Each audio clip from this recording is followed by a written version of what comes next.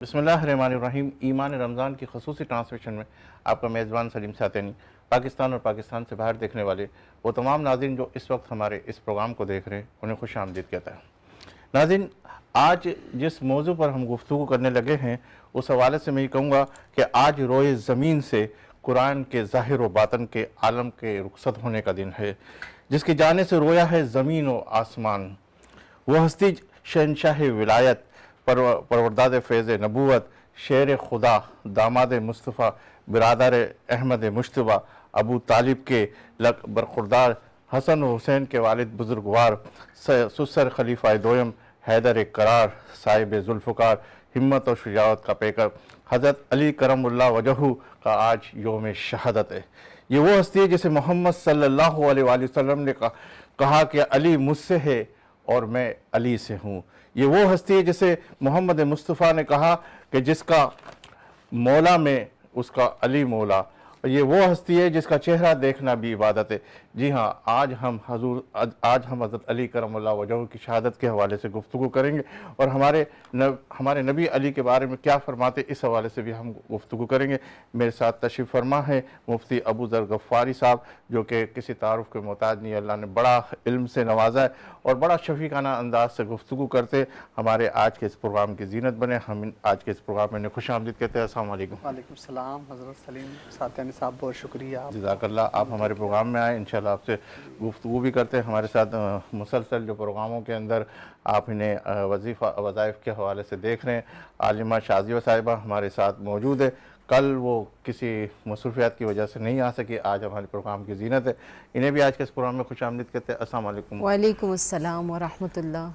एक ऐसा शख्स जो अपने अंदर एक अंजुमन रखता है, जिसने मेमन बिरादरी के प्लेटफॉर्म से अपने आप को मनवाया और इनफरादी तौर पर आजकल माशाल्लाह जो कैंप लगा रहे हैं मेडिकल कैंप के हवाले से, हर इतवार को हर संडे को मुख्तलिफ़ जगहों पर ऐसी ऐसी जगह पर जाकर जहां लोगों की ज़रूरियात को पूरा किया जा सकता है, जहां लोग जो है बड़े वेट करते हैं, इंतज़ार करते हैं कि हमारे इलाकों में कब ये कैंप लगेंगे, उसी कैंप के हवाले से कि वो फ्री के अंदर दवाइयाँ भी, मेडिसिन भी डिस्ट्रीब्यूट करते हैं और अच्छे से बड़े डॉक्टरों को वहाँ लेकर जाते हैं और फिर इसके बाद जो इनफरादी हैसियत से अपने आप को वहाँ खिदमत के जज्बे से सरशार होकर लोगों की जो मदद करे, वो काबिल तारीफ़ है और काबिल सताइश है। और ऐसे लोगों को मैं ये समझता हूँ कि वो हमारे मुल्क के लिए भी एक एसेट्स की हैसियत रखते हैं, हमारी बरादरी के लिए भी फ़ख्र से जिन्हें देखा जाता है। और वाकई क्यों ना हो ऐसे लोग, अगर ये कुछ चंद लोग अगर एक इनफरादी तौर पर 10-20 जमा हो जाए तो बहुत बड़ा काम हो सकता है और काम हो रहा है, बिलखुसूस कराची के अंदर भी। और ये हमारी मेमन बरादरी के लिए बड़े फ़ख्र की बात है कि इनफरादी हैसियत से ये माशाअल्लाह जिस तरह काम करे, ना सिर्फ इनफरादी हैसियत से, इज्तिमाई हैसियत से भी मेमन लीडरशिप फॉर्म के हवाले से दुबई चैप्टर को भी देख रहे, पाकिस्तान के चैप्टर के हवाले से आपस में माउनत करे और मेमन बरादरी के लिए हमारे लिए एक एसेट की हैसियत रखता है। और बिलखुसूस एक डिपार्टमेंटल स्टोर जो कि ना सिर्फ पाकिस्तान बल्कि पाकिस्तान से बाहर भी, दुबई के अंदर भी और कीनिया के अंदर बहुत सारी जगहों के ऊपर अपना एक डिपार्टमेंटल स्टोर चला रहे, सेविंग होम के नाम से माशाल्लाह, और एक बिल्डर्स की हैसियत से भी सेविंग होम को हवाले से काम करे। मेरे साथ तशरीफ़ फरमाए, जो किसी तारुफ़ के मुताबिक नहीं, मेरे कई प्रोग्राम की ज़ीनत बने और हकीकतन बात यानी सच बात कहने की कोशिश करते हैं। और उस सच के हवाले से चाहे वो आप उनसे किसी भी हवाले से इनसे क्वेश्चन करें, आप चाहे खिदमत के हवाले से बात कर ले या सियासत के हवाले से बात करें, बड़ी गहरी नज़र रखते हैं सियासत के ऊपर भी और ये देखते हैं कि पाकिस्तान इस वक्त कहाँ खड़ा है। इनसे इस हवाले से भी गुफ्तगू करेंगे। मेरे साथ तशरीफ़ फरमाए इकबाल अडवाणी साहब, आज के इस प्रोग्राम में खुश आमदीद कहते हैं। अस्सलाम वालेकुम। वालेकुम सलाम सर, कैसे हैं जी? हमारे एक और मेहमान हैं जिन्हें अल्लाह ने बड़ी खूबसूरत आवाज़ से नवाजा और मैं ये हमेशा कहता हुआ आया हूँ कि अल्लाह ताला ने जिन सनाख्वानों को प्यारे हबीब मोहम्मद मुस्तफ़ा सल्लल्लाहु अलैहि वसल्लम की सनाख्वानी के लिए मुंतखब किया और अल्लाह ताला उन्हीं सनाख्वानी के तवस्सुत से उनको बड़ी इज़्ज़त देता है, बड़ा प्यार देता है, बड़ा मुकाम देता है। तो आपसे मैं दरख्वास्त करूँगा, हमारे साथ आज तशरीफ़ फरमाए साकिब अली चौहान साहब, इन्हें भी आज के इस प्रोग्राम में खुश आमदीद कहते हैं। अस्सलाम वालेकुम। वालेकुम अस्सलाम व रहमतुल्लाह। हाँ, हस्ब रिवायत जिस तरीके से यकम रमज़ान से मेरे साथ इस प्रोग्राम की ज़ीनत है और माशाअल्लाह बहुत अच्छे तरीके से मेरा सपोर्ट कर रही है, मेरे साथ दे रही है और हमें कहीं भी ऐसा महसूस नहीं होता कि हमारे इस प्रोग्राम के अंदर मैं अकेला हूँ।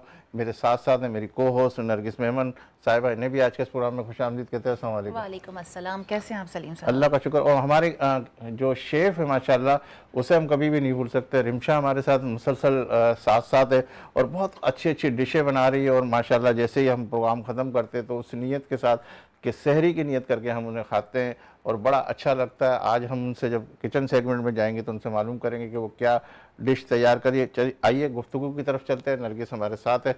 अस्सलाम वालेकुम नरगिस। वालेकुम अस्सलाम। जी तो नाजरीन, आज हमारा जो गुफ्तगू हम करेंगे इंशाल्लाह हमारे गेस्ट से, आलमा से, हमारे जो मुफ्ती साहब हैं उनसे, कि हज़रत अली करमुल्लाह वजह की जो शहादत का दिन है उस हवाले से क्या कहूँ, मतलब अल्फाज नहीं हैं। नबी अकरम सल्लल्लाहु अलैहि वसल्लम ने फरमाया कि मैं इल्म का शहर हूँ और अली उसका दरवाज़ा।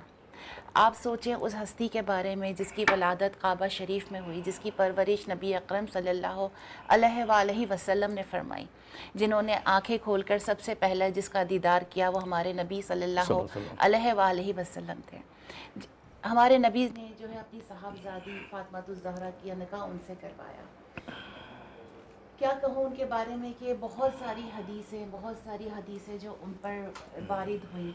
और वो अच्छा, मैं आपसे बिल्कुल गुफ्तगू करता हूँ, इसके हवाले से कुछ बात भी हो रही थी और मैं आपसे एक जुमला ले लूँ, क्योंकि मैं काफ़ी देर से सोच रहा था उस जुमले के हवाले से कि प्यास कहती है कि मुझको पी लीजिए, प्यास कहती है कि मुझको पी लीजिए, और सब्र कहता है कि खुद को थाम लो।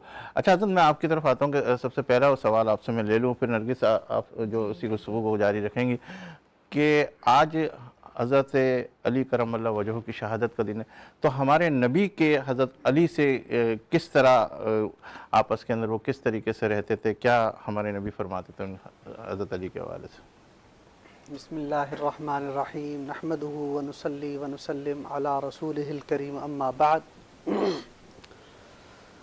सबसे पहले तो हज़रत भाई सलीम सातियानी साहब आपका बेहद ममनून हूँ। हज़रत नहीं हूँ मैं, बिल्कुल सादा सा बंदा हूँ, सलीम कहें आप। बिल्कुल नहीं, आपने मदऊ किया तो आपके पूरे प्रोग्राम की मैनेजमेंट टीम का, पूरे चैनल का बेहद शुक्रिया। और बहुत अहम टॉपिक है, बहुत अहम उन्वान है हज़रत अली रज़ी अल्लाह ताला अन्हु की के हवाले से, उनकी सीरत, उनकी शुजाअत, उनकी बहादुरी, उनकी आज़मत हम बयान करने के लिए, अपना हिस्सा डालने के लिए जमा है।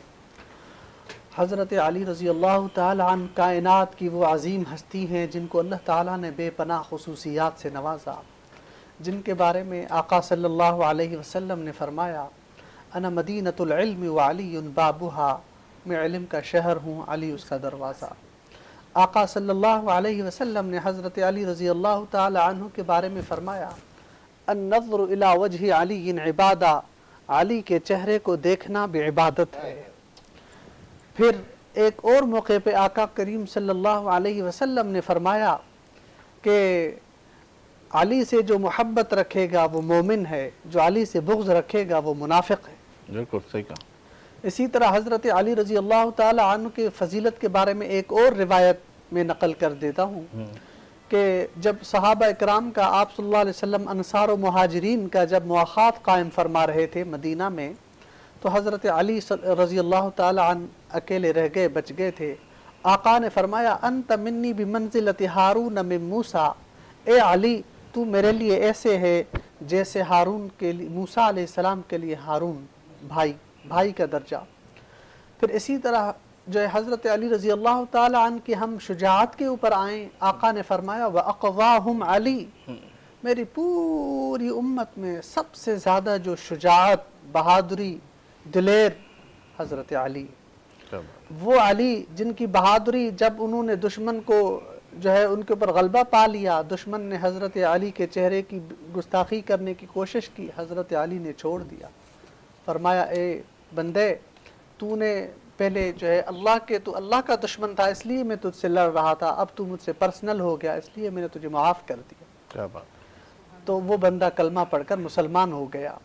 इसी तरह हज़रत अली रज़ी अल्लाह ताला अन्हु की फ़जीलत के ग़ज़वे खैबर के मौके पर आका करीम सल्लल्लाहु अलैहि वसल्लम ने फरमाया, वो खैबर का किला फ़तह नहीं हो रहा था, तो आका ने फरमाया कल मैं झंडा उस शख्स के हाथ में दूंगा जो अल्लाह और उसके रसूल से मोहब्बत करता है और अल्लाह और उसका रसूल भी उससे मोहब्बत करता है। लउतियन्नका रायत गदन रजुलुन युहिब्बुहुल्लाहु व रसूलुहु यफ्तहुल्लाहु अला मा यदै। कल मैं ये झंडा उस शख्स को दूंगा जिसके हाथ पे अल्लाह ताला ये फतह ज़ाहिर फरमाएंगे।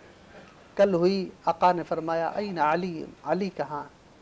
हज़रत अली आए, आका ने झंडा दिया और हज़रत अली ने जो है वो खैबर को फतह कर। क्या बात। जी नरगिस साहब की तरफ दोबारा आता हूँ, इकबाल भाई से भी कुछ क्वेश्चन कर लें, फिर आलिया की तरफ भी आते हैं। बिल्कुल। इकबाल साहब, मुझे आप ये बताइए कि माशाल्लाह से आप जो है वो, हम अभी इस वक्त देखें तो ऑल पाकिस्तान मेमन फेडरेशन भी काम कर रही है, हमारे IMO भी है, WMO भी है। क्या ऐसी चीज़ आपके जहन में आई कि आपने जो है वो MLF की तरफ गए, मेमन लीडरशिप फोरम की तरफ, जो आप UAE से जो चैप्टर चला रहे हैं, तो क्या कहेंगे उस हवाले से आप? देखिए, मैं इससे पहले आईमो में भी रह चुका हूँ, तो मेरा तकरीबन 4 साल में वहाँ आईमो का वाइस प्रेसिडेंट दुबई चैप्टर का रहा। फिर मेरा टेन्योर पूरा हो गया, तो टेन्योर के बाद फिर मैंने हट गया। मैं एज ए पैटर्न वहाँ हूँ आईमो का। फिर मेरा टेन्योर पूरा हो गया, बाद में मुझे कहा, मुझे यहाँ एक ऑफ़र भी कि MLF UAE चैप्टर के आप चेयरमैन बने, तो फिर मैंने इनकी ऑफ़र कबूल कर ली, क्योंकि मैंने अपना पूरा टेन्योर करने के बाद वहाँ से हट गया, क्योंकि 4 साल आई थिंक बहुत बड़ा पीरियड था। 4 साल तक मैं आईमो का वाइस प्रेसिडेंट UAE चैप्टर का रहा। फिर मुझे MLF से, फिर मेरा टेन्योर पूरा हो गया, मैं हट गया। उसके 2 या 3 महीने बाद मुझे MLF की तरफ से रहीम जानू साहब जो प्रेसिडेंट हैं, इन्होंने ऑफ़र की कि आप वहाँ के चेयरमैन बन जाएं, तो मैं वहाँ चेयरमैन बन गया, क्योंकि मकसद तो मेरा काम करना था और मुझे एक अपॉर्चुनिटी मिली तो मैंने अवेल की। अच्छा, मतलब ये नरगिस का सवाल थोड़ा सा मैं और उसको वाज़ेह कर दूं कि जिस तरह वो कह रही हैं कि ये MLF की ज़रूरत क्यों पड़ी, मतलब ये, मतलब मेमन बिरादरी माशाल्लाह इतनी सारी चीज़ें, all Pakistan Memon federation, world Memon, IMF, और फिर इसके बाद ये इसकी ज़रूरत क्यों पेश आई? देखिए, ज़रूरत इस तरह से है। देखें, एक चीज़ मैं आपको बताऊं, जैसे से वक्त गुजरता नहीं, देखिए कुछ रियलिटी को भी आप तस्लीम कर लें कि हमारे यहाँ सबसे बड़ा प्रॉब्लम एक्चुअल जो है, मैं आपको एक रियलिटी बता दूं तो मुझे लगता है आप समझ पाओगे। हमारे साथ सबसे बड़ा जो प्रॉब्लम है हमारी अपनी कम्युनिटी में, वो ये है कि हम अगर 30 जानों का भी एक ग्रुप बनाते हैं, 30 जानों का भी, तो उसमें भी 30 जानों की एक टीम बनाते हैं, एक बोर्ड बनाते हैं, तो बदकिस्मती से उसमें भी 2-3 ग्रुप बन जाते हैं और हम एक साथ सब मिलके चल नहीं पाते। एक शायद वजह यह भी है जिसकी वजह से उसी टीम से दूसरी टीम, दूसरी से तीसरी टीम निकलती है और वो बनती जाती है। लेकिन इसको, मतलब इसको इतना बुरा नहीं समझना चाहिए। वजह बताऊं, जैसे जैसे आबादी बढ़ती जा रही है, कितने मुल्कों में आपने देखा होगा, आबादी बढ़ जाती है तो फिर उनके सूबे बनते जाते हैं। तो अगर कोई ऑर्गेनाइजेशन 1 है, 2 हैं, 3 है, 4 हैं, बनती हैं, तो इससे फ़र्क नहीं पड़ना चाहिए, बल्कि मैं कहूँ और बननी चाहिए। वजह बताता हूँ मैं क्यों, कि मेन मकसद तो काम डिलीवर करना है, आप कुछ करके दें। तो जैसे जैसे लोगों को लगता है कि अब ये टीम बहुत बड़ी हो गई है, इसमें मेरे लिए इतनी गुंजाइश नहीं है कि मैं कुछ डिलीवर कर पाऊँ, क्योंकि जैसे जैसे आप वक्त गुजरेगा लोग बढ़ जाते हैं। एक फोरम, एक आपने बोर्ड बनाया 30 लोगों का, तो बाकी जो लोग हैं वो कहाँ जाएंगे? तो आप 50 लोगों का बोर्ड बना देंगे तो फिर किस तरह चलेगा? 100 लोगों का बोर्ड बना देंगे, फिर इसके बाद तो एक आबादी बढ़ रही है, लोग आ रहे हैं नए नए। आप समझते हैं कि इस वक्त ज़रूरत है इस तरह की चीज़ें की? देखिए, कामों में डुप्लीकेशन नहीं हो जाती है इकबाल भाई? देखें, कामों में डुप्लीकेशन से क्या मुराद, क्या आप कह रहे हैं, मैं बताऊं। एक फोरम या एक ऑर्गेनाइजेशन या एक जमात, जितनी भी हमारी मेमन कम्युनिटी में इदारे हैं, कोई भी मुझे नहीं लगता कि सबको प्रोवाइड कर सकता हो प्रॉब्लम उनकी। आप क्या समझते हैं? आज भी इतनी फोरम, इतनी ऑर्गेनाइजेशन बन गई हैं, हमारी कम्युनिटी के सब बच्चों की फ़ीस अदा कर पा रहे हैं? हम नहीं कर पा रहे। हम अपने बच्चों को सबको तालीम दे पा रहे हैं? नहीं दे पा रहे। हम हेल्थ का ख्याल कर सकते हैं सबका? नहीं कर पा रहे, इतनी होने के बाद भी। तो फिर अगर हर कोई एक जैसा भी काम कर रहा है तो क्या फ़र्क पड़ता है? अगर एक ऑर्गेनाइजेशन 1000 बच्चों को, मतलब 500 बच्चों को फ़ीस भर रही है, तो दूसरी फोरम 25 को, 50 को, तीसरी 50-100 को, इसके बाद भी मुझे लगता है हम पूरा नहीं कर पा रहे। तो अगर फोरम और ऑर्गेनाइजेशन बनती हैं तो इससे क्या फ़र्क? ये तो ज़रूरी है, बननी चाहिए, मेरा ख्याल है, क्योंकि हर किसी को काम करने का मौका मिल रहा है और लोगों को आगे फ़ायदा पहुंच रहा है। कोई एक ऑर्गेनाइजेशन, कोई एक फोरम, कोई एक फेडरेशन या कोई एक जमात मुझे नहीं लगता कि वो सबके लिए सबको कुछ सपोर्ट कर पाए। इतनी आबादी हमारी बढ़ रही है, हमारी एक्चुअल आबादी कराची में अगर आप कह दें तो कराची में हमारी मेमनों कितनी आबादी है, आप क्या समझते हैं? हर मेमन पैसे वाला है? ऐसा नहीं है। आप जाएं अगर विज़िट करें, मैंने मेडिकल कैंप लगाए हैं, मैं तो ग्राउंड रियलिटी पर जो चीज़ें देखी है, जितने मेडिकल कैंप लगाए बेशुमार मेहमान आते हैं वहाँ पर दवाइयाँ लेने, बेशुमार मेहमान मेरे से कांटेक्ट करते हैं जिनके बच्चों की फीसें नहीं भरी हुई, बेशुमार मेहमान, हिसाब मेहमान जो अपना घर का किराया नहीं भर पा रहे। तो इतनी जमातें, इतनी तंजीमें काम करने के बाद, ऐसा नहीं है कोई नहीं कर रहा, सब कर रहे हैं। फेडरेशन बहुत अच्छा काम कर रही हैं, हमारी सब 57 जमातें हैं वो भी बहुत अच्छा काम कर रहे हैं, लेकिन हर किसी की प्रॉब्लम वो सॉल्व नहीं कर पा रहे। अगर वो सॉल्व नहीं कर पा रहे और अगर कुछ और ऑर्गेनाइजेशन या कुछ और फोरम बनते हैं तो बनने चाहिए। तो डोनर को प्रॉब्लम नहीं होती? डोनर कहता है कि मुझे इधर भी देना, इधर भी देना, इधर भी देना, सारी चीज़ें।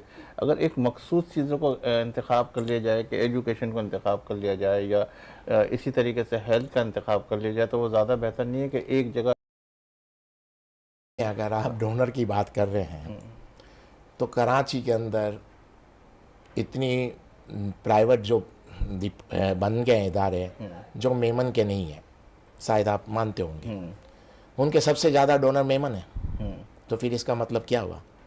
अगर कोई मेमन ऑर्गेनाइजेशन और फोरम बन जाती है और अगर वो उस डोनर को अपनी तरफ लाती है अपने काम से, तो क्या फ़र्क पड़ता है? हमारे डोनर तो ऑलरेडी हमारे पास नहीं है। अगर आप ये सोच रहे हैं कि जितने मेमन डोनर हैं वो सब मेमन जमातों को, मेमन फेडरेशन को और मेमन इदारों को डोनेशन दे रहे हैं, नहीं, ऐसा नहीं है। बाहर जा रहा है, बहुत ज़्यादा जा रहा है, सबसे ज़्यादा जा ही बाहर रहा है।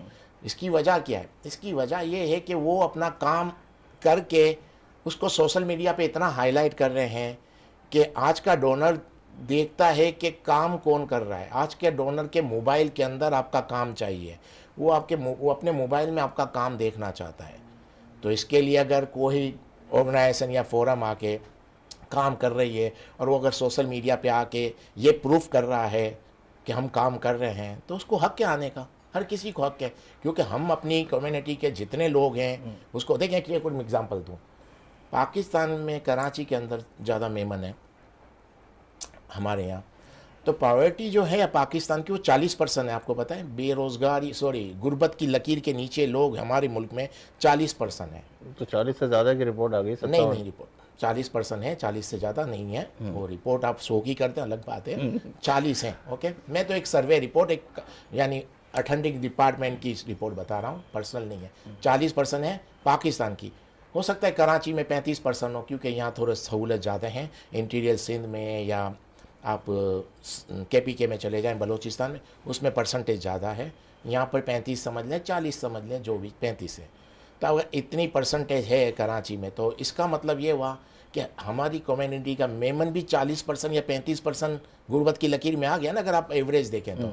और मैंने जहाँ मेडिकल कैंप लगाए हैं, जहाँ पर मैंने जो काम किया है, जिन जिन इलाकों में, मैंने कराची के हर इलाके में काम किया है, तो हर इलाके में मुझे मेमन मिले हैं, हर इलाके में मेमन तकलीफ़ में हैं। कोई अपनी जमात से नाराज़ है, कोई किससे नाराज़ है, वो अपनी जगह पे नाराज़ हैं। अगर आप किसी इदारे से पूछेंगे तो वो बोलेंगे हमारे पास जितना फ़ंड है, इसके बाद डिमांड इतनी है तो हम नहीं पूरे कर पा रहे। और अगर 10 या 20 लोग मिल के कोई अपनी फोरम बनाते हैं और अपनी ऑर्गेनाइजेशन बनाते हैं और वो अपने जेब से ज़्यादा डोनेशन देकर काम कर रहे हैं, तो इससे हर्ज क्या है? काम करना मेन चीज़ है। आप डिलीवर कर पा रहे हो कि नहीं? 25 बन जाए फोरम और 25 ऑर्गेनाइजेशन बन जाए, लेकिन काम होना चाहिए। और अगर वो काम वैसे एक सवाल और कर लेता हूँ इसी हवाले से कि आप बकौल कह रहे हैं कि डोनर जो है हमारे किसी और जगहों पे दे रहे, इसकी बुनियादी वजह ये है कि डोनर का आप कह रहे हैं कि कुछ एक्सपोज होती है तस्वीरें, ये वो, तो लोग इस वजह से इससे मुतमईन हो जाते हैं। अगर यही जो तंजीम है आपकी, वर्ल्ड मेहमान, all Pakistan Memon federation, Memon leader, ये अगर किसी एक थीम के ऊपर बैठ के आपस के अंदर ये मशवरा करें कि हम जो है ये डोनेशन जो आएगा हम एक ही जगह, एक ही प्लेटफॉर्म से ले लें जो दूसरी जगहों पे जा रहा है, तो और ज़्यादा अच्छा तरीके से काम नहीं हो सकता? नहीं हो सकता, क्योंकि हम में वो देखें, माजरत के साथ, हम में वो कैपेसिटी नहीं है हमारी कम्युनिटी में कि हम इतनी बड़ी टीम के साथ सब चल सके, नहीं चल सकते। देखिए, एक रियलिटी मान लें, हमारी कमज़ोरी भी तो आपने मालूम होनी चाहिए। हमारी कमज़ोरी क्या है? हमारी सबसे बड़ी कमज़ोरी, जो माजरत के साथ, एक मेमन दूसरे मेमन से जलता है। प्रॉब्लम ये, एक मेमन नहीं चाहता कि मेरे सामने कोई दूसरा मेमन आगे बढ़े। जब इस तरह की हमारी थिंकिंग बनी हुई है, इसमें मैं भी शामिल हूँ, कोई मैं दूसरों पे तंकीद नहीं कर रहा, जब इस तरह की सोच हम लोगों की बनी हुई है तो आप कैसे समझते हैं कि हम इतने बड़े पैमाने पे काम कर सकें?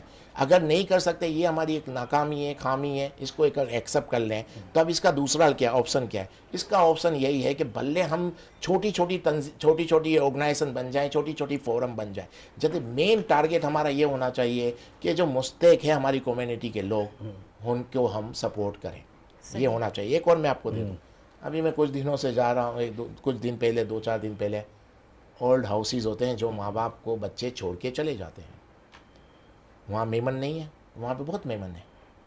कहाँ है हम लोग? अल्लाह अकबर। हैं मेमन माँ बाप हैं, कहाँ हैं हम लोग?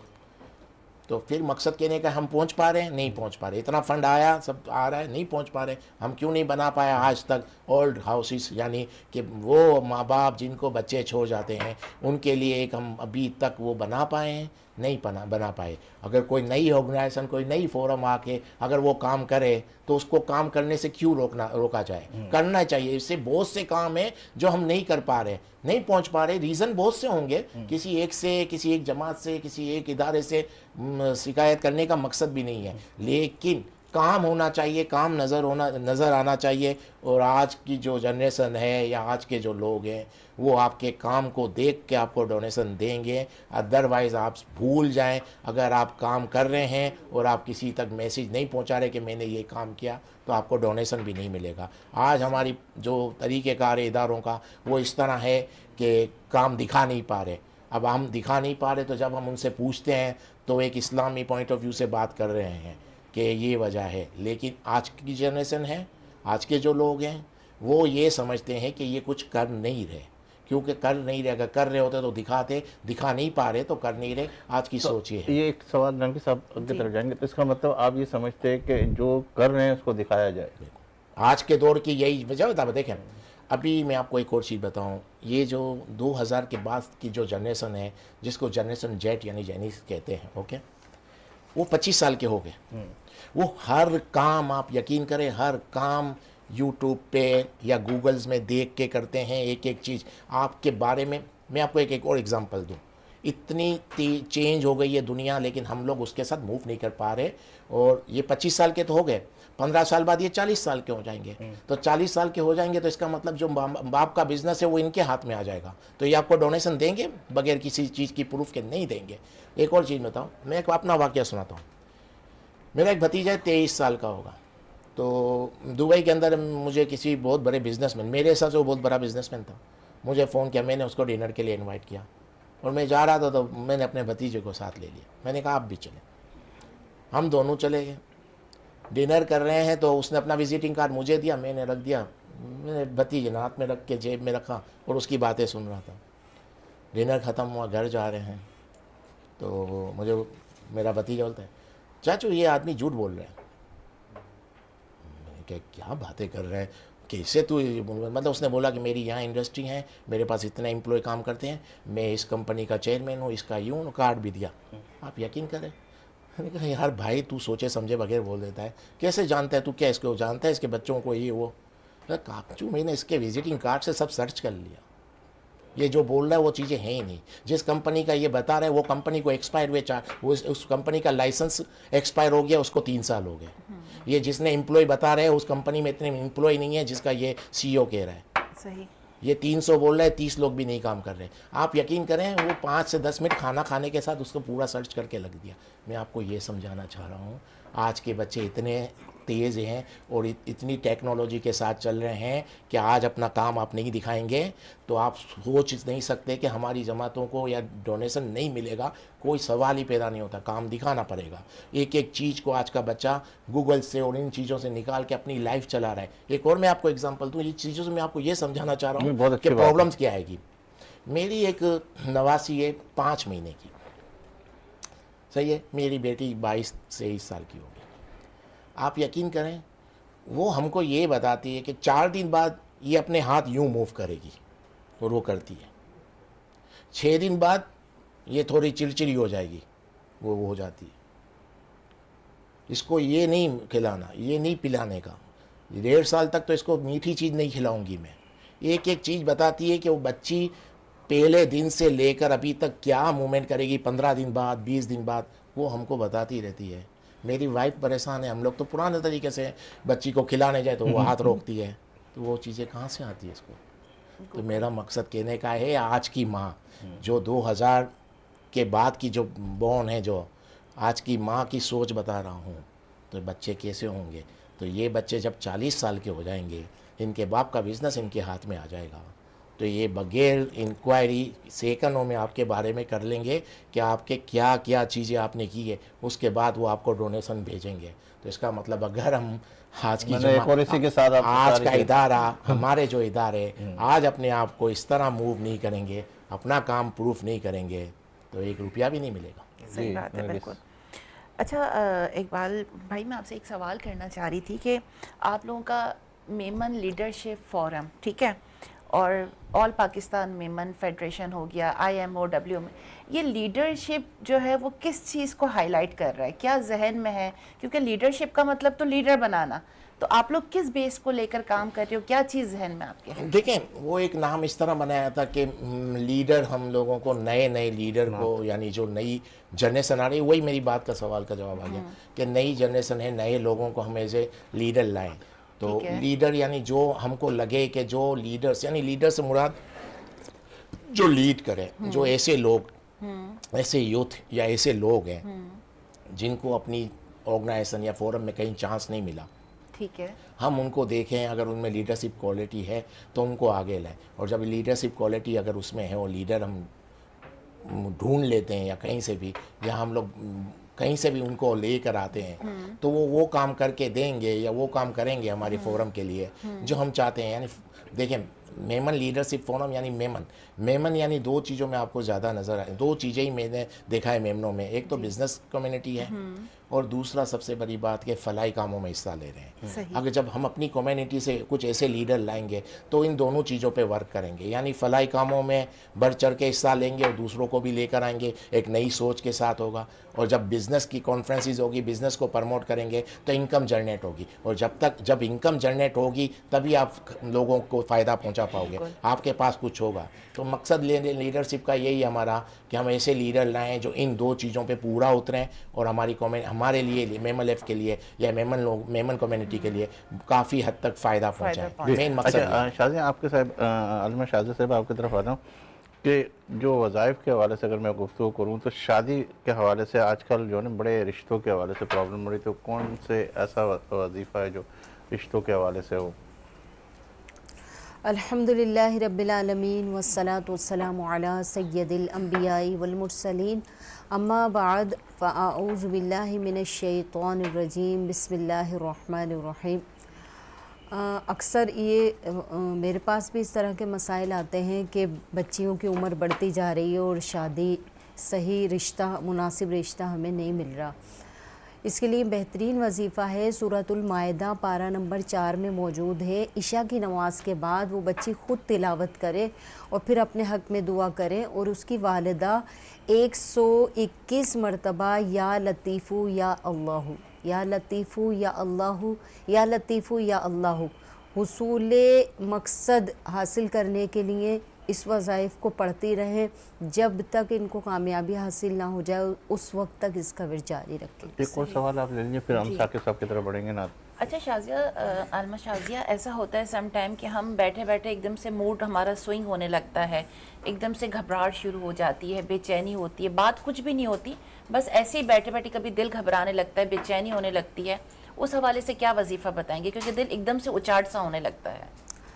इस तरह की कैफियत हो जाए तो सबसे पहले दुरूद व सलाम पढ़ें, दुरूद शरीफ का विर्द करें, कम से कम 5 मरतबा, 11 मरतबा, 21 मरतबा दुरूद शरीफ का विर्द करने के बाद 3 या 7 मरतबा सूरह अलम नशरा पढ़कर अपने ऊपर दम करें। उसके बाद कुरान मजीद फुरकान हमीद में एक आयत है, अला बिज़िक्रिल्लाहि तत्मइन्नुल कुलूब, अला बिज़िक्रिल्लाहि तत्मइन्नुल कुलूब, उसको पढ़कर 11 मरतबा पढ़ के पानी पिए, अल्लाह ताला ज़रूर दिल को सुकून अता फरमाएगा। खुद इस आयत मुबारका में अल्लाह ताला इरशाद फरमा रहा है, जान लो मेरी ही याद में दिलों का चैन है। बिल्कुल। अच्छा, साकिब अली चौहान साहब माशाल्लाह हमारे सना को हैं, कौन सा कलाम आप पेश करें, क्योंकि हज़रत अली करम अल्लाह वजह खूबसूरत का कलाम नाजरीन की समातों की नज़र करता हूँ। लो मदीने की तजल्ली से लगाए हूँ। अगर मनकबत इनके बाद फिर इंशाल्लाह चलें, मनकबत चलें। के अशार पेश करूँगा।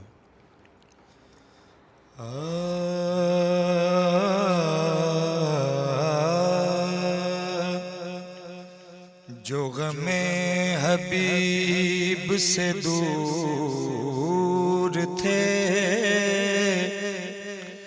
वो खुद अपनी आग में जल गए। जो गमे हबीब को पा गए वो गमों से हंस के निकल गए। तो लो मदीने के तजल्ली से लगाए हुए हैं। लो मदीने की तजल्ली से लगाए हुए हैं। दिल को हम मत लाए अनवार बनाए हुए हैं। दिल को हम मत लाए अनवार बनाए हुए हैं। वारफाना लका जिक्र का तस्वर लेकर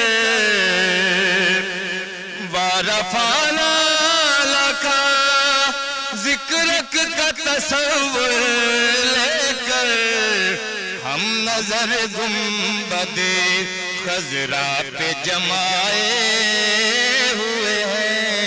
हम नजर गुंबदे खजरा पे जमाए हुए हैं।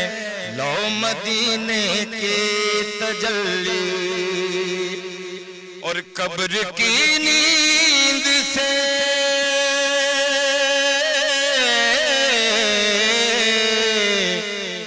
कब्र की नींद से उठना कोई आसान न था। हम तो महशर में उन्हें देखने आए हुए हैं। हम तो महशर में उन्हें देखने आए हुए हैं। लो मदीने के तजल्ली से लगाए हुए हैं। और मौला हैदर की शजात पे मैं सदके जाऊं। मौला हैदर की शजात पे मैं सदके जाऊं। अरे एक ही हाथ से खैबर को उठाए हुए हैं। एक ही हाथ से खैबर को उठाए हुए हैं। लो मदीने के तजल्ली से लगाए हुए हैं। दिल को हम मत लाए अनवार बनाए हुए हैं। और क्यों न पलड़ा तेरे आमाल का भारी हो नसीर। क्यों न पलड़ा तेरे आमाल का भारी हो नसीर। अब तो सरकार भी मीज़ान पे आए हुए हैं। अब तो सरकार भी मीज़ान पे आए हुए हैं। लो मदीने के तजल्ली से लगाए हुए हैं।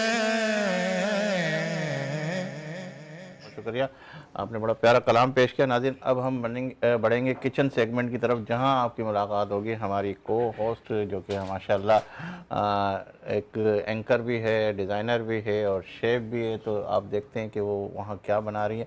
आइए किचन सेगमेंट की तरफ बढ़ते हैं और मुझे यहाँ दीजिए इजाज़त। इंशाल्लाह मुलाकात होती है आपकी नरगिस मेमन से किचन सेगमेंट में।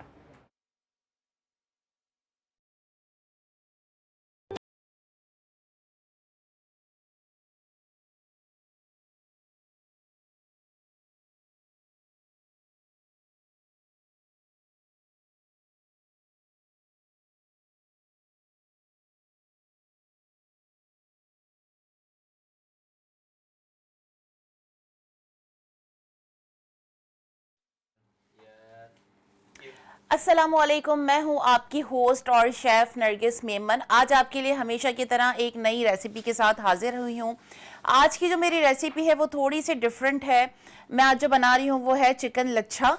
और चिकन लच्छा उमन आप लोगों ने नाम सुना होगा, खाया भी होगा, मगर आज जो मैं आपको रेसिपी दूंगी वो इंशाल्लाह आपको बहुत डिफरेंट और बहुत अच्छी सी लगेगी।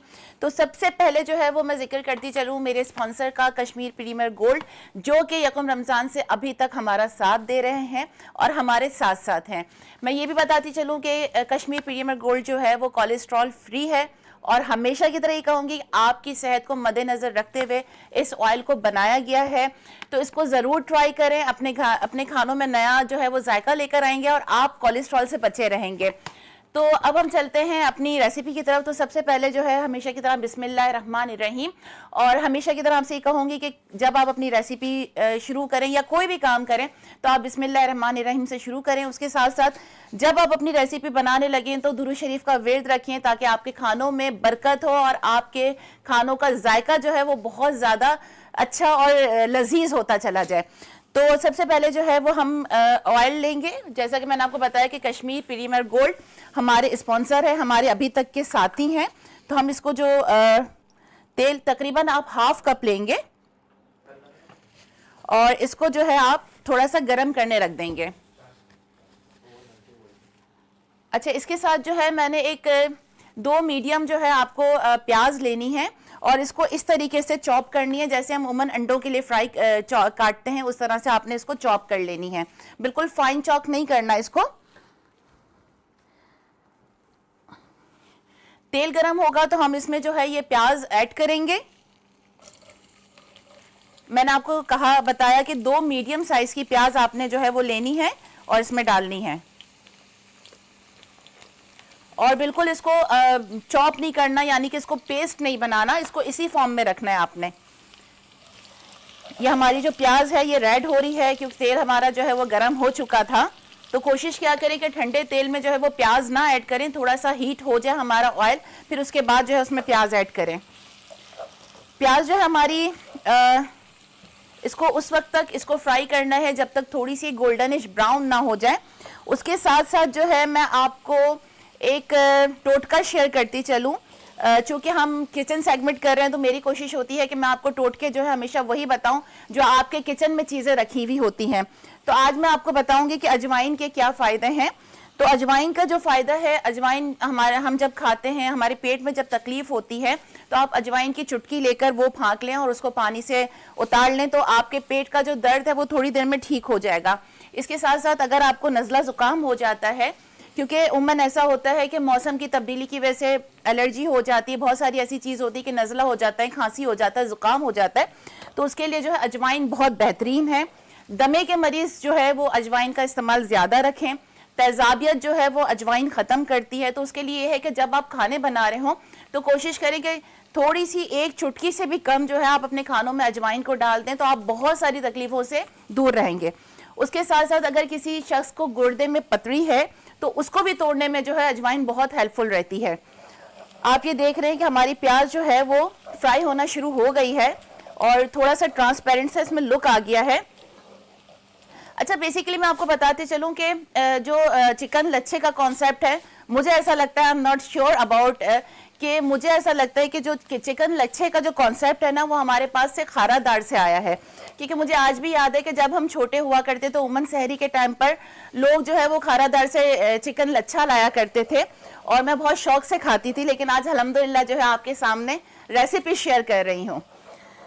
उसके साथ साथ मैं आपको ये बताती चलूँ कि वो लोग जो मछली खाना पसंद नहीं करते, उमन लोग कहते हैं कि हमें जो है वो अच्छी नहीं लगती मछली या बहुत सारी ऐसी चीज़ें, तो मछली आप ज़रूर खाएं। इसकी वजह यह है कि मछली जो है आपके दिल को सेहतमंद बनाती है।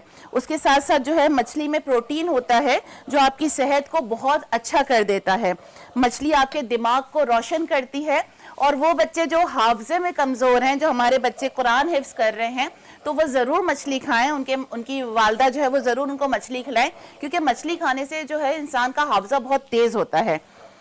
अच्छा, दूसरी बात ये कि माहिर तिब जो हमारे डॉक्टर हैं या हमारे हकीम हैं या जो हमारे तबीब हैं, जो भी हैं जो हमारे लिए मेडिकेटेड चीज़ें तजवीज़ करते हैं, तो उनका भी कहना यही है कि आप हफ्ते में 2 बार जो है वो ज़रूर मछली का इस्तेमाल रखें। इससे यह है कि आपका प्रोटीन लेवल, आपकी बहुत सारी चीज़ें जो है ना, आपका हाफजा हो गया, आपका प्रोटीन हो गया, वो बहुत सारी चीज़ें आपकी नॉर्मल रहेगी। अच्छा, एक बार फिर मैं आपको ये बताती चलूँ कि वो लोग जो हमारा किचन सेगमेंट देख रहे हैं, तो वो ज़रूर हमें अपने फीडबैक्स दें और वो ज़रूर हमें बताएं कि हमारी दी हुई रेसिपी उनको कैसी लगती है और वो अपने घर में वो रेसिपी बना रहे हैं और कितनी दाद रसाई उनको जो है अपनी फैमिली से मिल रही है, अपने मैकों से मिल रही है, या अगर वो ससुराल में अपने ससुराल के लिए बना रहे हैं तो उनको उनसे कितनी दाद उनको मिल रही है। हमारी जो वो प्याज है वो तकरीबन 60% फ्राई हो चुकी है, मगर इसको जो है मैंने आपको पहले ही कहा कि इसको आपको गोल्डन ब्राउन कलर लेकर आना है।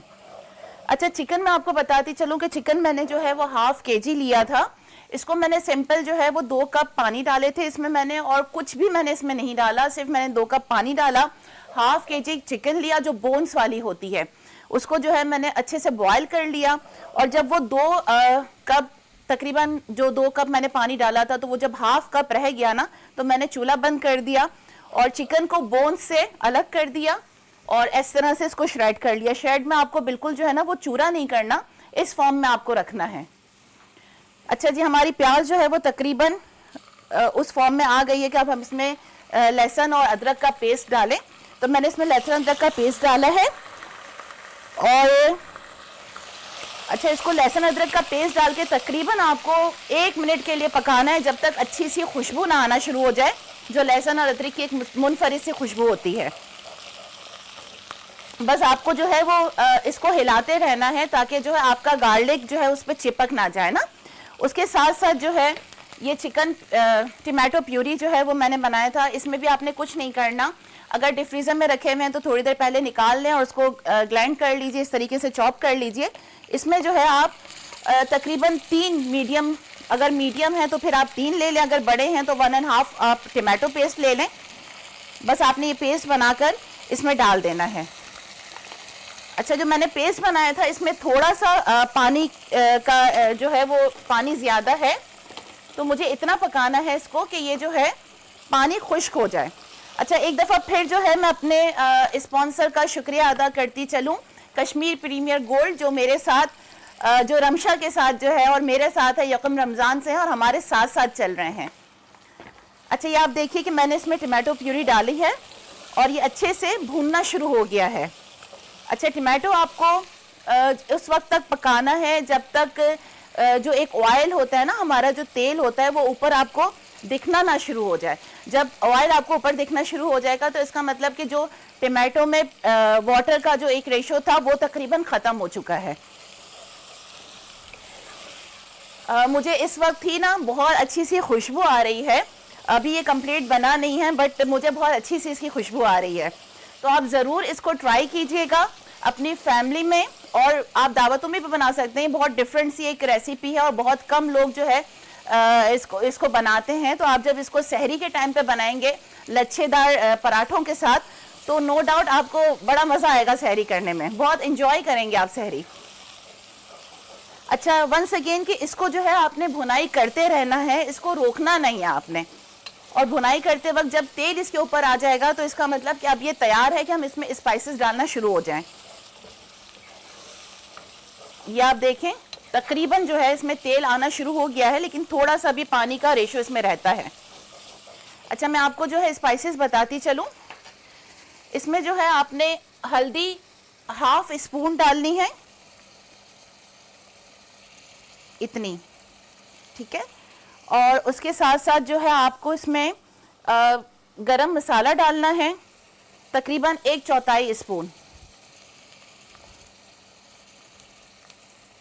इसके साथ जो है आप इसमें धनिया पाउडर डालेंगे। हमेशा की तरह मैं आपसे ये कहूँगी कि धनिया पाउडर जो है वो आप कोशिश करें कि घर में इसका जो है एक पाउडर बनाइए। इसको आप लेना है, आपने इसको रोस्ट करना है तवे पर रखकर और इसका पाउडर बनाना है। हाफ स्पून जो है मैं धनिया पाउडर लूँगी। उसके साथ जो है मैं ज़ीरा पाउडर लूँगी। ज़ीरा पाउडर भी तकरीबन आपको जो है वो हाफ स्पून, लेकिन अगर आप थोड़ा ज़्यादा भी डाल लेते हैं तो ज़ीरे की जो खुशबू होती है रोस्टेड, वो बहुत मज़े की लगती है। उसके साथ जो है मैं इसमें नमक ऐड करूँगी। अच्छा, चूँकि मैं अपनी रेसिपी में चिकन पाउडर ज़रूर डालती हूँ, तो हमेशा की तरह के आप अपना जो नमक का जो एक रेशो है उसको आप कम कीजिएगा। उसके साथ जो है मैं इसमें चिकन पाउडर डालूँगी, हाफ स्पून, और कुटी हुई मिर्च आप लोगों ने डालना है। इससे ये होगा कि बहुत अच्छा फ्लेवर आता है आपके खानों में। लेकिन बस इस बात का एहतियात रखिएगा कि बहुत ज़्यादा स्पाइसी ना हो, क्योंकि मुझे नहीं पता कि आपकी फैमिली जो है वो ज़्यादा स्पाइस पसंद करती हैं या कम करती हैं। बहरहाल मैं अपनी फैमिली के लिए जो है वो नॉर्मल डालती हूँ। बस आपने ये सारे स्पाइस डाल के अच्छी सी भुनाई करनी है इसकी। अच्छा, थोड़ा सा आपने इसमें जो है ये साबुत जो गोल मिर्च होते हैं रेड वाले, वो भी ऐड कर लीजिए, क्योंकि इससे प्रेजेंटेशन बहुत अच्छी होती है और इससे जो खाने की लुक होती है ना वो बहुत अच्छी हो जाती है। थोड़ा सा फ्लेवर भी आ जाता है इसमें। अच्छे से इसकी भुनाई करनी है आपने। अच्छा, दूसरा ही कि जब मैंने आपसे ये कहा कि जब मैंने चिकन बॉईल की थी तो मैंने हाफ कप जो है जब उसका क्या कहना चाहिए यखनी जो बच गई थी तो उसको मैंने सेव कर ली थी। मैं उसका यूज़ एंड में करूँगी, तो आपने कोशिश करनी है कि यखनी ज़रूर आपने बचानी है। अच्छा, मसाला डालकर जब हल्की सी चिपकना शुरू हो जाए या आप ये कह लें कि वही जो तेल ऊपर आ जाए, तो इट्स मीन कि अब ये बिल्कुल रेडी है कि आप इसमें चिकन डाल सकते हैं। अच्छा, थोड़ा सा जो है जूलियन कट आप इसमें अदरक डाल दें, क्योंकि मैं हमेशा कहती हूँ कि अदरक मुझे बहुत पसंद है और मैं अपने खानों में अदरक का इस्तेमाल ज़्यादा रखती हूँ। इसके साथ साथ जो है मैं इसमें चिकन ऐड कर दूँगी।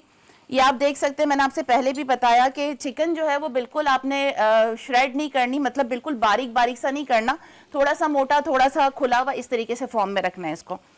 हम ये चिकन इसमें डाल देंगे और इसकी अच्छे से भुनाई करेंगे।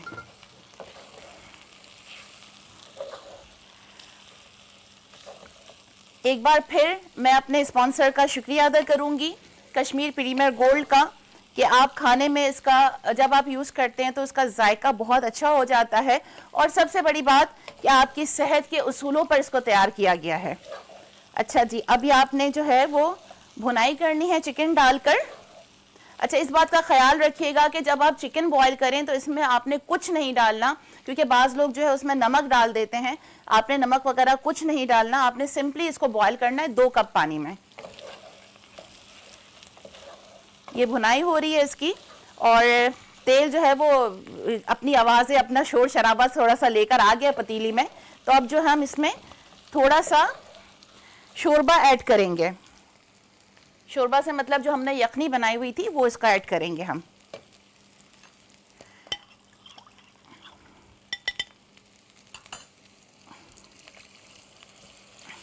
अच्छा, ये देख लीजिएगा कि आपके खाने में उसकी नीड कितनी है। ये ज़रूरी नहीं है अगर हाफ कप मैंने आपसे कहा है बचाने का तो आपने हाफ कप ही डालना है, क्योंकि होता ये है कि सम टाइम जो है चिकन अगर आप बहुत ज़्यादा यखनी भी यूज़ करेंगे तो चिकन जो है ना बहुत ज़्यादा बारीक बारीक से लच्छे में जो है वो हो जाएगी। मैं आपको ये बताती चलूँ कि इसमें मैंने रेड चिली पाउडर नहीं डाला था, मैं अभी डाल रही हूँ उसमें, और इसमें red chilli powder half spoon डालना है।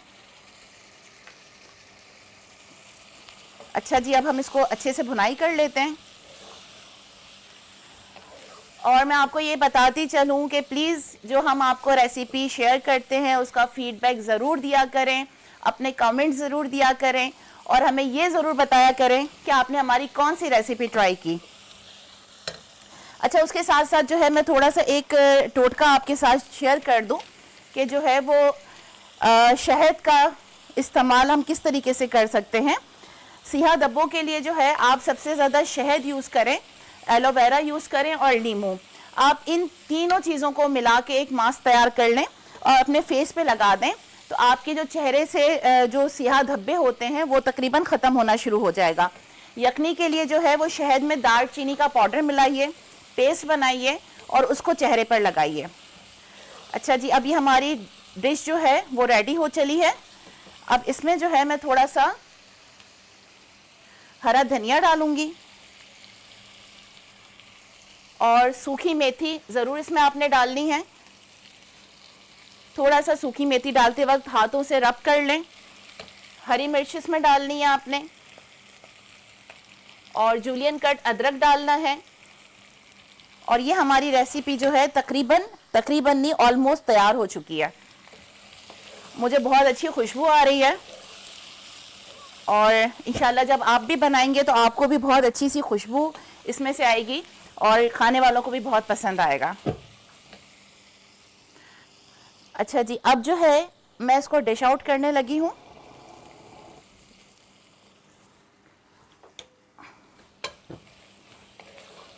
मेरी डिश जो है वो रेडी हो चुकी है और अब मैं इसको डिश आउट करने लगी हूँ।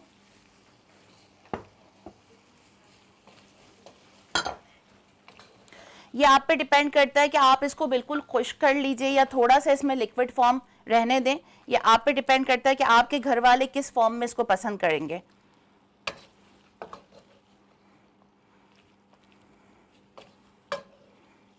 बस ये आपने डिश आउट कर लेना इसको और इसमें जो है आपने हरा धनिया, हरी मिर्च, अदरक, बस ये डाल के आपने सर्व कर देना है मेहमानों के आगे।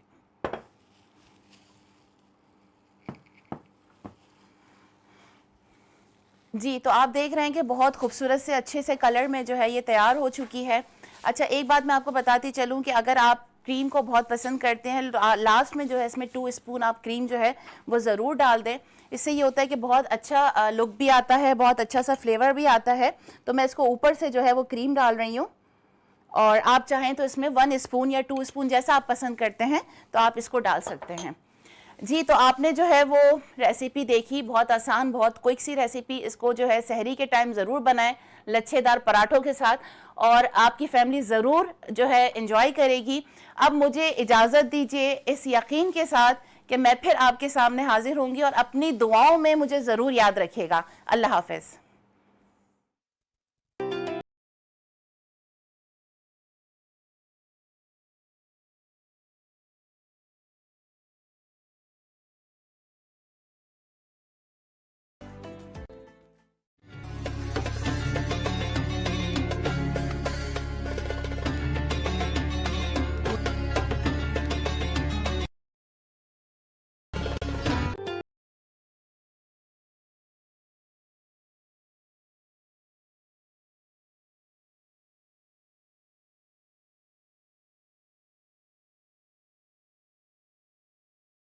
एक मरतबा फिर ईमान रमज़ान की खसूसी ट्रांसमिशन में आपको खुशामदीद कहते हैं। और नरगिस आप किचन सेगमेंट में उन्हें देख रहे थे, हमारे साथ को होस्ट भी है माशाल्लाह और वहाँ बहुत अच्छी डिशें बना। नरगिस, क्या बनाया आपने? आज मैंने लच्छा चिकन बनाया है। अच्छा, आप तो नई नई चीज़ें ला रही हैं, कभी लच्छा चिकन, कोशिश कभी होती अगवानी, है कभी सलीम कौन सी साहब डिश? कि मैं वैसी डिशेस लेकर आऊँ जो बहुत कम लोग बना रहे हैं या जानते हैं ना। तो मछली बहुत खिला रही हैं आप, कह रहे हैं मछली खाएंगे तो आप मछली इंशाल्लाह बहुत जल्द। नहीं, इसमें भी आप बता रहे थे कि मछली जी, खाने से मछली क्या? खाने के बहुत से फ़वाइद हैं, तो ज़रूर इंशाल्लाह कोशिश करेंगे कि रमज़ानों में ही बनाएं। अदरक को ज़्यादातर आपने वो किया हुआ कि अदरक ज़्यादा से ज़्यादा डालें। बिल्कुल, अदरक डाइजेस्ट बहुत इजीली करता है ना, तो आजकल आपको पता है सहर इफ्तार का कुछ प्रॉब्लम्स ना हो जाए ना, इसलिए। अच्छा, इससे पहले कि हम अपने सवालों की तरफ जाएं, मेरे वो कर्म फरमा जो हमारे साथ यकम रमज़ान से ताउन किए हुए डेल सैनिटरी वेयर ख़ासतौर पे कराची डिस्ट्रीब्यूटर हैं अमान ट्रेडर साहब, इनके हम इंतहाई शुक्रगुज़ार हैं।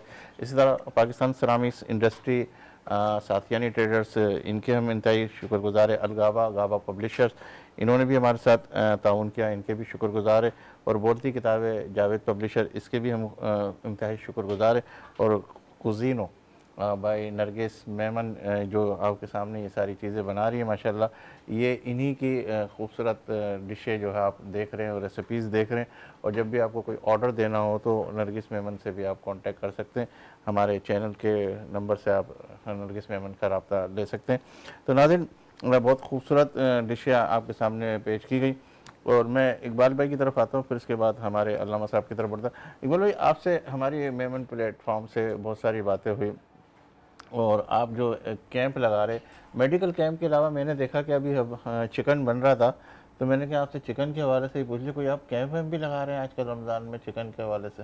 हाँ, हमने कल ही एक कैंप लगाया था जिसमें 50% डिस्काउंट रखा था, यानी 800 रुपये का केजी मिल रहा है कि चिकन, तो हमने 400 की रखी थी कल।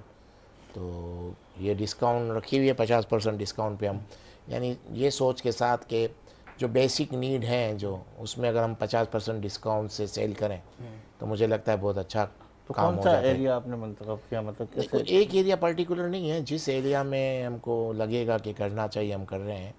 कल तो हमने खारादार में ये किया था। रमज़ान के पूरे महीने के अंदर चलेगा इस कैंप? हाँ, अब मैंने तो यही, आज मेरी एक मीटिंग है, फिर एक दूसरा कैंप कब लगाना है, क्योंकि इसके लिए एक टीम चाहिए होती है, ऑर्गेनाइज़ करना पड़ता है, तो एक प्लान करके काम किया जाता है। तो मुझे लगता है 1-2 कैंप और भी लग जाएंगे रमज़ान में इंशाल्लाह। चलो, ये बड़ी अच्छी बात है। अच्छा, मैं पाकिस्तान के हवाले से एक सवाल कर लूँ, फिर इसके बाद हमारे अल्लामा साहब की तरफ बढ़ता हूँ। पाकिस्तान इस वक्त जिस दौर से गुजर रहा है, इससे आप क्या नाम देंगे? हालात पहले से बेहतर है, बदतर है, या एक ही डगर पर?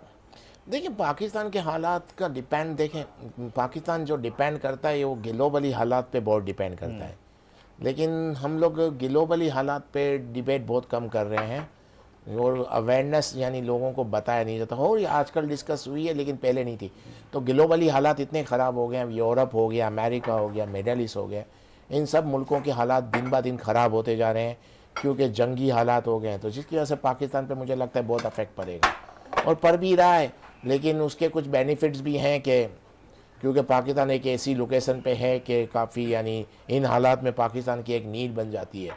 तो आपने देखा होगा IMF से मुआहिदा भी हो रहा है, कोई रुकावट नहीं आ रही। दुनिया भर के बड़े बड़े मुल्कों के जो बड़े ओहदेदार हैं वो भी पाकिस्तान आ रहे हैं। तो मुझे लगता है पाकिस्तान इन हालात का शायद एक तरह से बेनिफिशरी रहा है, जो ग्लोबली हालात जंगी हालात हो गए, जिसकी वजह से मुझे लगता है पाकिस्तान थोड़ा पहले से थोड़ी बेहतरी की तरफ जा रहा है। लेकिन हमारा सबसे बड़ा जो प्रॉब्लम है वो अगर सॉल्व नहीं होगा तो मुझे लगता है ये जितनी बेहतरी आ रही है वो दोबारा उसी डगर पे चली जाएगी। हमारा लॉ एंड ऑर्डर बहुत ख़राब है, हर तरफ से बॉर्डर पे भी हमारे प्रॉब्लम चल रहे हैं और इंटरनेट सिटी के अंदर भी हमारे लॉ एंड ऑर्डर बहुत ख़राब है। अगर हम लॉ एंड ऑर्डर अपना अच्छा नहीं कर पाएंगे तो फिर तो मुझे लगता है कि हम जो बेनिफिट्स आ रहे हैं उसका फ़ायदा नहीं उठा पाएंगे। फिर गजा की जंग के हवाले से आप क्या कहेंगे? गज़ा के हवाले से मैं कह रहा था कि अभी दुनिया में चेंज हो गया है, चेंजिंग बहुत आ गई है, क्योंकि यानी कि इसराइल की जो बमबारी की वजह से, यानी एक तरह से देखा जाए पहले यूरोप और अमेरिका के लोग इसराइल को एक मज़लूम कौम समझती थी, लेकिन जिस तरह से उसने बमबारी की, जिस तरह मासूम बच्चे औरतों पे उसने बमबारी की, तो अब वो सोच चेंज हो गई है। वेस्ट की सोच तो कंप्लीट चेंज हो गई है इसराइल के बारे में। तो मुझे लगता है कि इसराइल भले अभी 1-2 साल कुछ सरवाइव कर जाए, इन फ्यूचर में इसराइल सरवाइव नहीं कर पाएगा और शायद इसराइल अपना वजूद भी खो दे। फ़िलहाल तो ये हर जगह कब्ज़ा करने जा रहा है, लेकिन मुझे लगता है आगे जाके ये जितना इसके हाथ में जितना हिस्सा है ये इस पर भी कंट्रोल खो देगा। तो आज नहीं तो कल फ़लस्तीन ज़रूर आज़ाद होगा, इसमें कोई दो राय नहीं है। लेकिन हाँ, फ़िलहाल बहुत तकलीफ़ है क्योंकि हम मुस्लिम कंट्री यूनाइटेड नहीं हो पा रहे। अगर मुस्लिम कंट्री यूनाइटेड हो जाए तो मुझे नहीं लगता इसराइल 10 दिन भी सरवाइव कर पाए।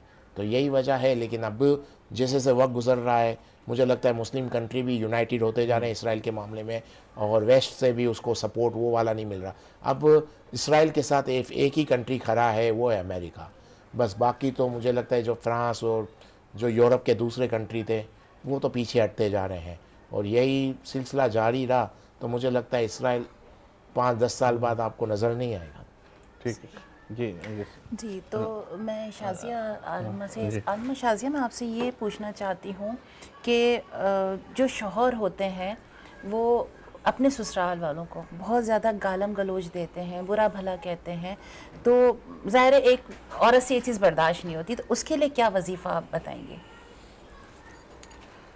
अक्सर इस तरह के केसेस मेरे पास आते हैं नरगिस। इसके लिए बहुत ही बेहतरीन वजीफ़ा है। आपको अगर नरगिस इसके राज पता चल जाएं तो आप इंशाअल्लाह ताला उस सूरा को कभी नहीं छोड़ेंगी। यहाँ मैं अपने नाज़रीन को भी बताना चाहूँगी कि सूरा इनाम पारा नंबर 7 से शुरू होकर 8 में ख़त्म हो रही है। इसमें 165 आयतें और 20 रुकू मौजूद हैं। मक्के में यह आयत सूरह मुबारक नाजिल हुई। रसूल पाक सल्लल्लाहु अलैहि वसल्लम इसके बारे में इरशाद फरमाते हैं कि ये पूरी सूरह एक साथ नाजिल हुई और इसको जब ये सूरह नाजिल हुई तो 70,000 फरिश्ते लेकर इसको नाजिल हुए।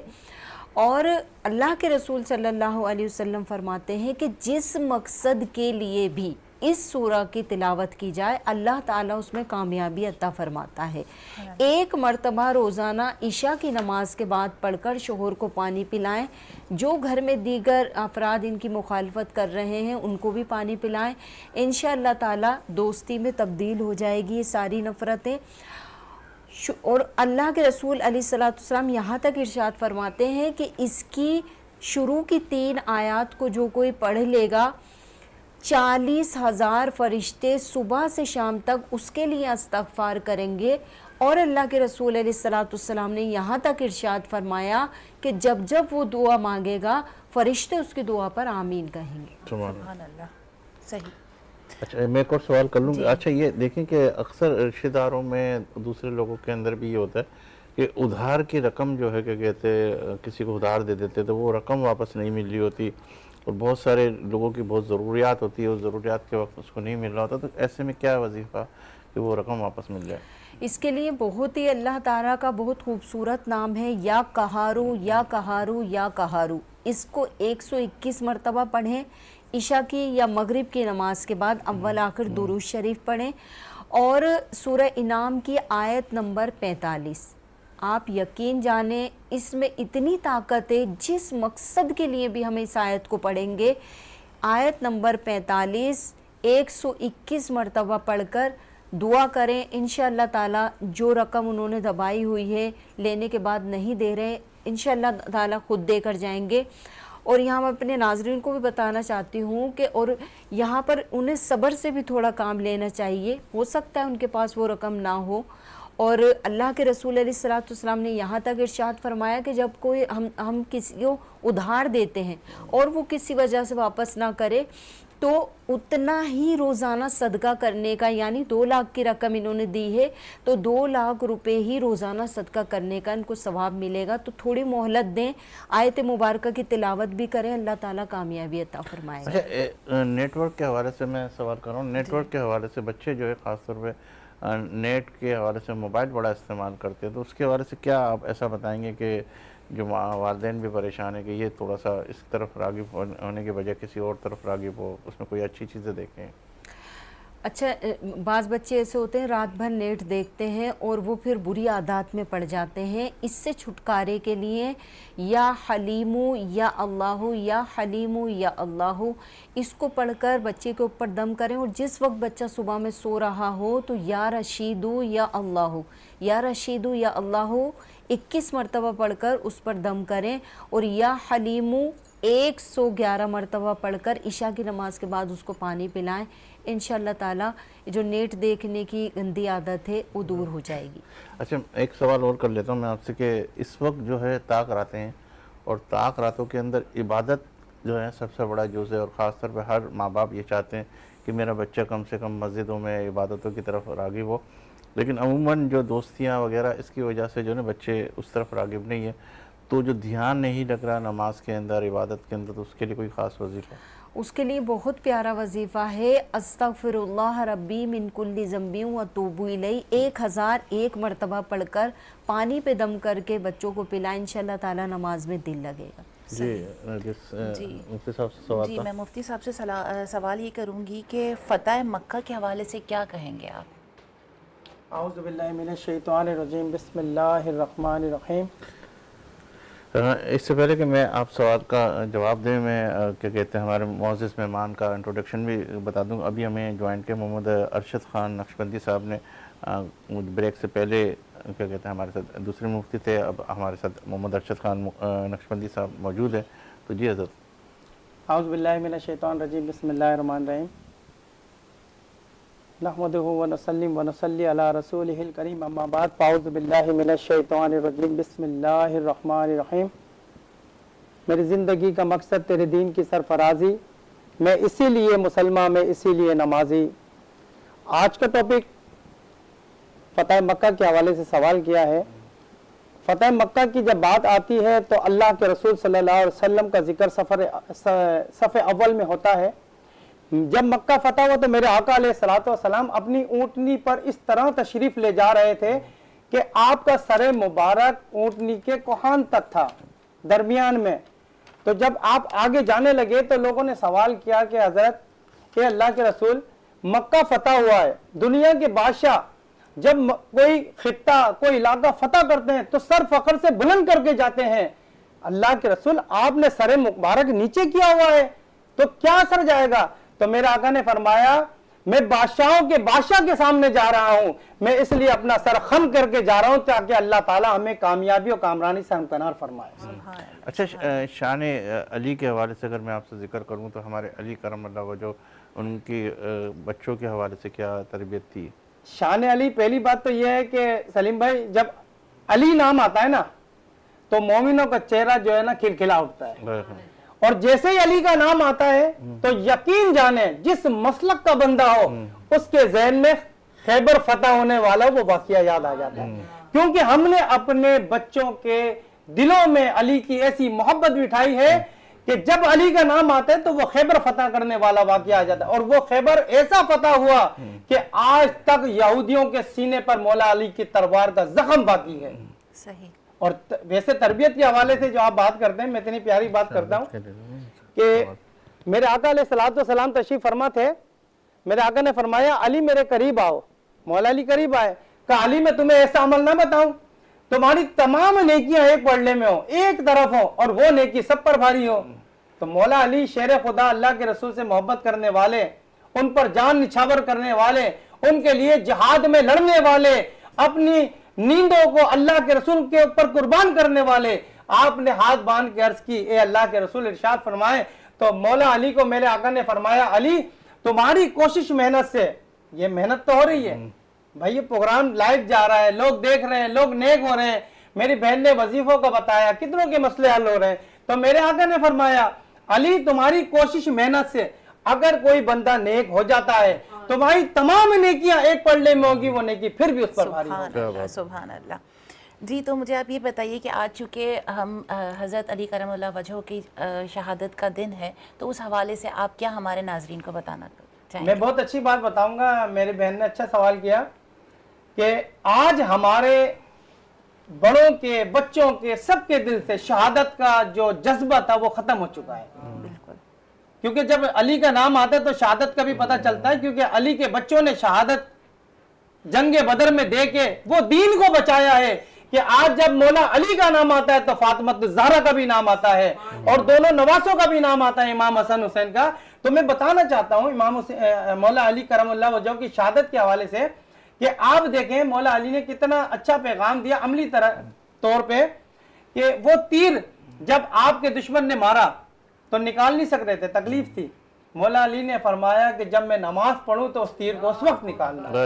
और जब मेरे मौला अली खुद इरशाद फरमा रहे हैं नमाज की अहमियत और उसके मर्तबे को, तो उनके बेटों ने वो करबला में हक अदा करके दिखाया कि आपने यजीद के सामने सरखम नहीं किया, बल्कि अल्लाह की अताअत पर और अपने वालिद मोहतरम की तरबियत पे वो सबक उम्मत को दिया कि आखिरी टाइम पे सर सजदे में था तो आपने जाने शहादत को नोश फरमाया, लेकिन नमाज को नहीं छोड़ा। और दूसरी बात यह थी कि जब हम मौला अली के अकवाल की बात करते हैं, बच्चों का बहुत बड़ा अमल दखल है मेरे भाई मेरी बहन। बच्चों का अमल दखल इतना है कि आज हमारी जो आने वाली न्यू जनरेशन है वो बेरारबी का शिकार है। उसको नहीं पता, ना अपने माजी का पता है, ना मुस्तकबिल का पता है। वो बस एक मोबाइल है ना, इसको हाथ में लिया हुआ है, पूरी जिंदगी इस तरह गुजार रहे हैं। लेकिन हमें जिंदगी हमारे अखलाक ने किस तरह सिखाई है, वो आज हम बैठ के देख सकते हैं अपने बच्चों की क्या तरबियत। मौला अली के अक़वाल में आता है, आप फरमाते हैं जब बंदा एक गाली देता है ना तो उसकी कब्र में एक बिच्छू तैयार हो जाता है।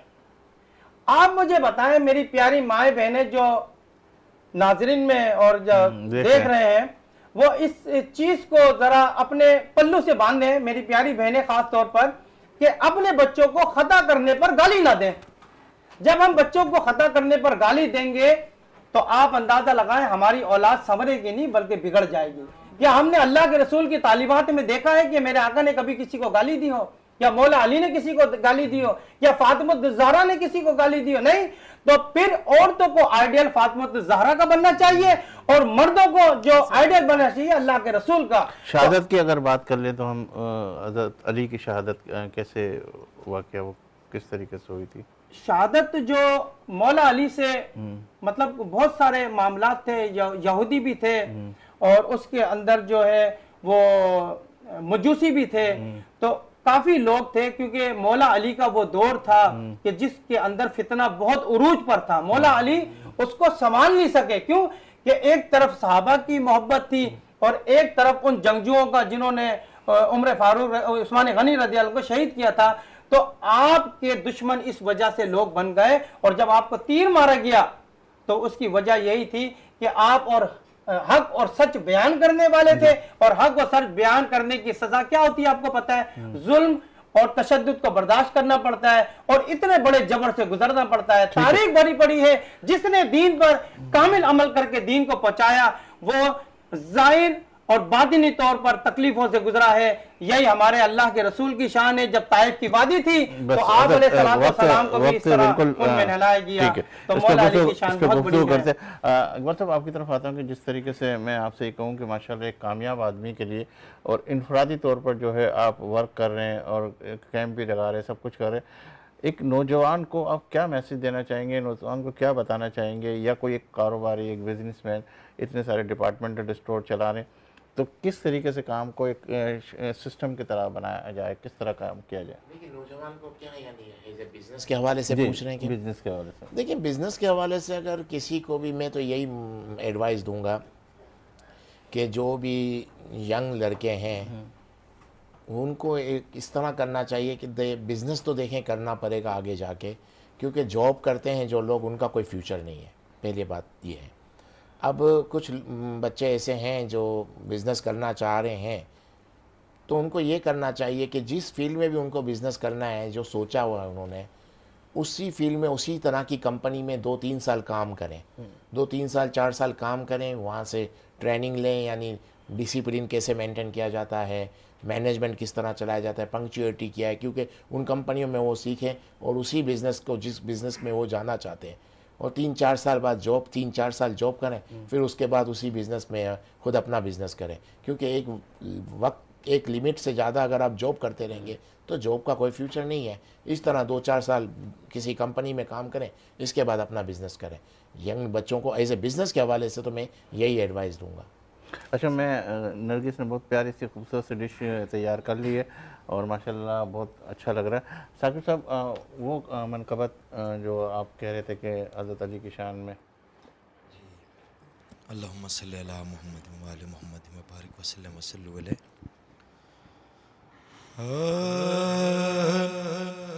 फिक्रो फन सिर्फ अली है या अली के बेटे, अब लगन सिर्फ अली है या अली के बेटे। तुम रिवायात में देखो तो वली और भी हैं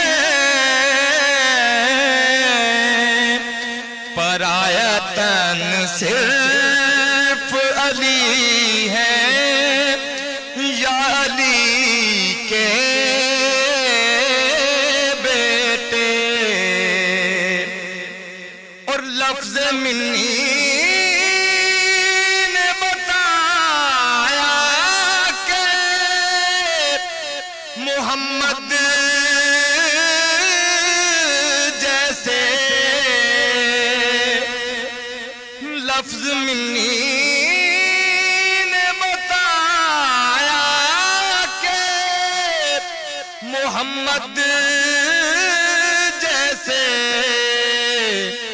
मिन्नोअन सिर्फ अली हैं या अली के बेटे। और सबकी कब्रें हैं ठिकाने हैं मदीने में, मगर सबकी कब्रें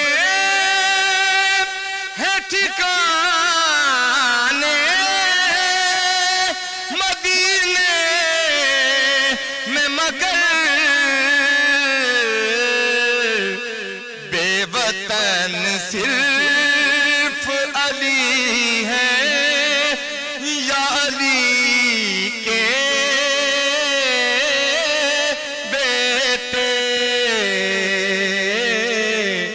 बेवतन सिर्फ अली हैं या अली के बेटे।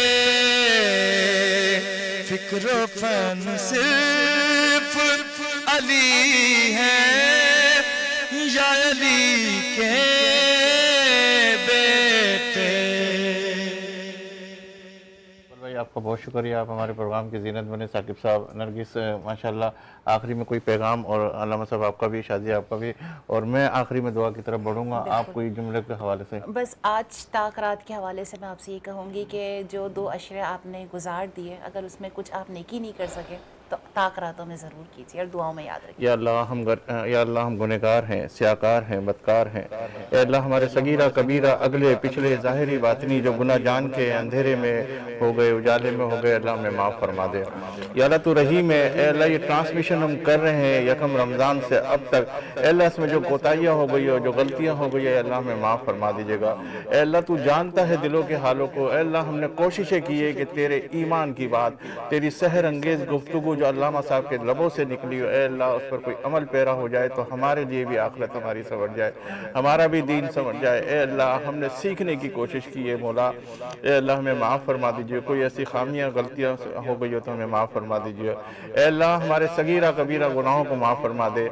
अल्लाह हमारे माँ बाप जो इस दुनिया फ़ानी में नहीं रहे, अल्लाह हमारे अजीज़ व क़रीब रिश्तेदार, दोस्त, अहबाब जो इस दुनिया फ़ानी में नहीं है, अल्लाह उन सब के लिए अल्लाह हम दुआ करते कि उनकी मग़फ़िरत फरमा दे। अल्लाह जन्नतुल फिरदौस में उन्हें आला मकाम अता फरमा दे। अल्लाह जो बेरोज़गार है उन्हें रोज़गार अता फरमा दे। अल्लाह जो बे औलाद है उनको नेक व साले औलाद अता फरमा दे। अल्लाह जो बीमार है, अल्लाह जो ये परेशान है, वेंटिलेटर पे, अल्लाह उन सब को शफाए कुल्ली अता फरमा दे। अल्लाह हमें दीन की समझ अता फरमा दे। इस ताक रात के अंदर अल्लाह इबादत करने वाला बना दे। अल्लाह इस ताक रात के अंदर हमारी इबादतों को कबूल व मंजूर फरमा दे। सल्लल्लाहु तआला अलैहि खैर खल्क़ि नूर अर्श अरसलम या मुरसलीन अजमईन बिरहमतिक अर्हमर राहिमीन ला इलाहा इल्लल्लाह मुहम्मदुर रसूलुल्लाह। तुझसे फरियाद करते हैं हम, तुझसे फरियाद करते हैं हम, मेरे मौला करम हो करम, मेरे मौला करम हो करम, मेरे मौला करम हो करम। तुझसे फरियाद करते हैं हम, मेरे मौला करम हो करम। ये ज़मीन और ये आसमां तेरे कब्ज़े में है दो जहां, सब पे तू ही तो है मेहरबान, हम तेरे दर से जाएं कहाँ, तू ही रखता है सब का भरम, मेरे मौला करम हो करम, तुझसे फरियाद करते हैं हम, मेरे मौला करम हो करम, और बेकसों को सहारा मिला, डूबतों को किनारा मिला, सर से तूफान पल में टला, जो तेरा एक इशारा मिला, दूर हो जाए हर एक गम, मेरे मौला करम हो करम, तुझसे फरियाद करते हैं हम, मेरे मौला करम हो करम।